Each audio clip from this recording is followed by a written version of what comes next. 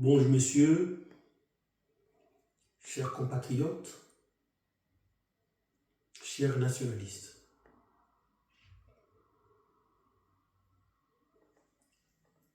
La coalition de la Renaissance de la Nation part de deux principes,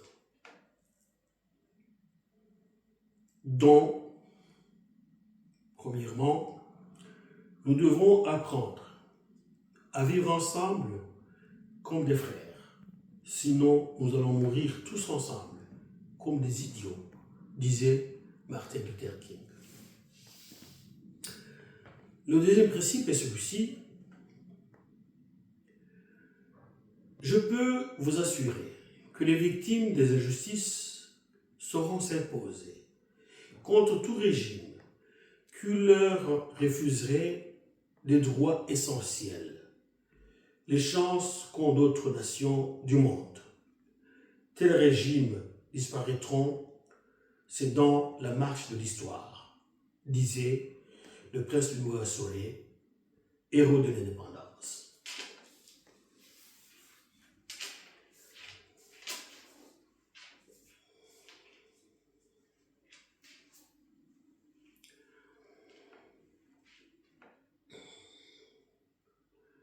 Burundaises et Burundais, la Sérène vous présente une déclaration à l'occasion de la commémoration du 63e anniversaire de l'indépendance nationale. En ce jour du 1er juillet 2025, les Burundais célèbrent le 63e anniversaire de l'indépendance nationale. En effet, c'était le 1er juillet de 1962 que le Burundi recouvrait sa souveraineté après 59 longues années d'occupation, d'humiliation, de déstructuration de notre identité nationale, de nos valeurs, couronnées le 13 octobre 1961 par l'assassinat du héros de cette indépendance, le prince Rwagasore. Il a versé son sang pour que le Burundi soit libre. L'indépendance nationale signifiait pour les Burundais le recouvrement de la liberté, de la dignité perdue, arrachée par les occupants depuis plus d'un demi-siècle. Mais c'était aussi et surtout l'occupation pour la consolidation de l'international, la promotion de la paix pour tous et la prospérité partagée. Mais non, une question. Que sont devenus les Burundais, 63 ans, après cette indépendance? Où sont passées cette liberté, cette dignité, cette identité nationale pour laquelle le prince Rwagasore a sacrifié sa vie?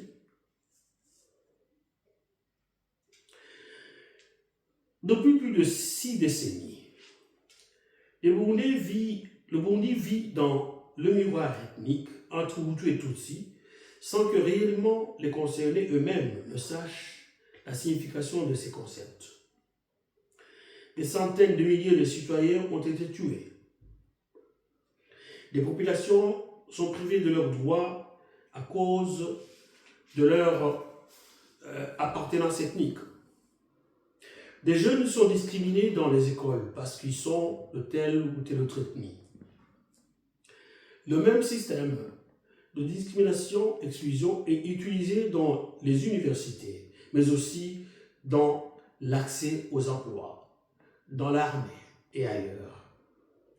Pendant des années, les leaders politiques se sont adonnés à un jeu d'équilibrisme pour assurer aux uns et aux autres l'accès aux facilités disponibles en fonction des pourcentages laissés par la colonisation qui n'ont aucune base scientifique. Au XXIe siècle, ces théories ethnicistes ont-elles encore de la place au Burundi?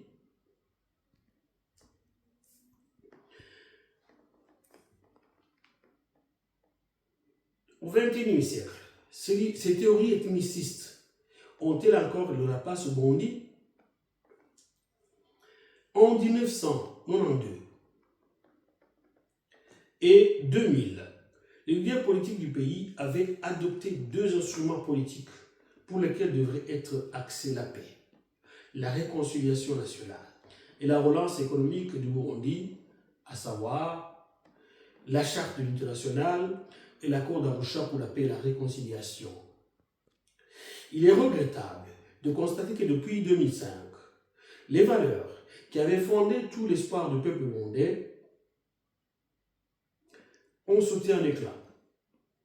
La justice, l'état de droit, la démocratie, la bonne gouvernance, le pluralisme politique, le respect des libertés et des droits fondamentaux de la personne, l'unité, la solidarité, l'égalité entre les femmes et les hommes, la compréhension mutuelle et la tolérance entre les diverses composantes ethniques et politiques ethniques.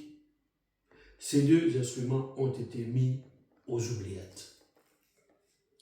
Avec la crise de 2015, les maux qui avaient déjà endeuillé le pays furent exacerbés. L'image du Burundi devenant ainsi celle des massacres, des disparitions forcées, des exécutions extrajudiciaires, des viols des femmes et des jeunes filles, des tortures, des arrestations arbitraires et des emprisonnements des jeunes Burundais.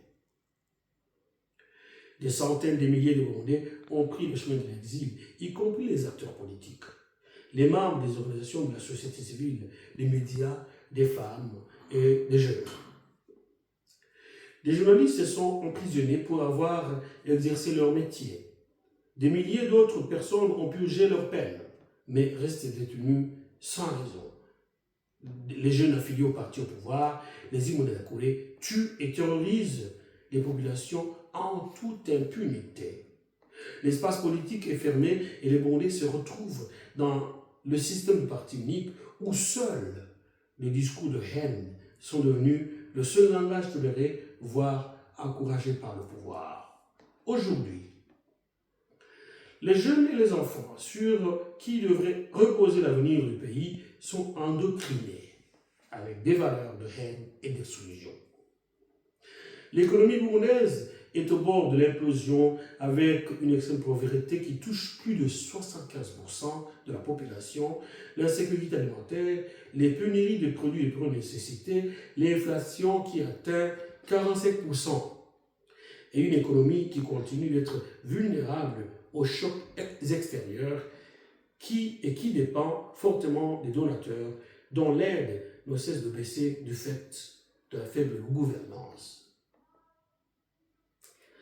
La corruption et la mauvaise gestion des ressources publiques ont constitué un obstacle majeur à la réduction de la pauvreté du Burundi.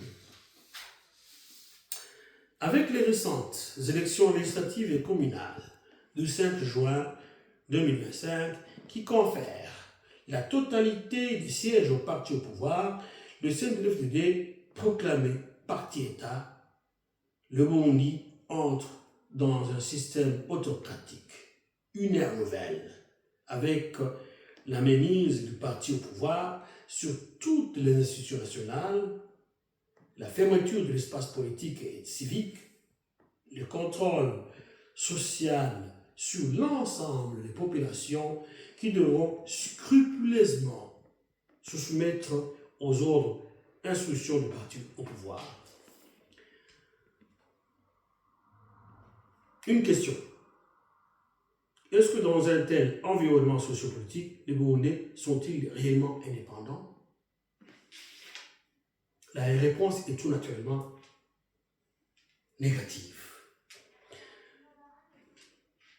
Les Burundais ne sont pas indépendants s'ils n'ont pas la paix et la stabilité, s'ils n'ont pas de quoi manger ou de quoi nourrir leur famille, s'ils ne peuvent pas envoyer leurs enfants à l'école ou les faire soigner. Ils ne sont pas indépendants s'ils ne sont pas tués ou chassés de leur patrie pour avoir exprimé leurs idées. Enfin, ne sont pas indépendants lorsqu'une partie de leur population est exclue des centres de prise de décision et que l'espace politique et civique lui est fermé. Dans un tel environnement politique tendu, l'heure n'est pas à l'abandon ou au désespoir. Le peuple burundais doit se mettre debout pour honorer la mémoire de notre héros national, le prince Louga Solé, pour sauver le Burundi de sa chute. Par conséquent, la coalition pour la renaissance de la nation Yelulamba invite tous les Burundais, où qu'ils soient, au Burundi ou à l'extérieur, à se mettre ensemble pour sauver le Burundi du gouffre dans lequel le parti est en train de le plonger s'il ne l'a pas plongé pour toujours. Unissons-nous pour des actions urgentes de sauvegarde de la nation. Demain, ce sera trop tard. Que le Burundi tubuharanire. Fait à Bruxelles, le 30 juin 2025, pour la coalition de la renaissance de la nation, Moubelo Chomino, porte-parole. Je vous remercie.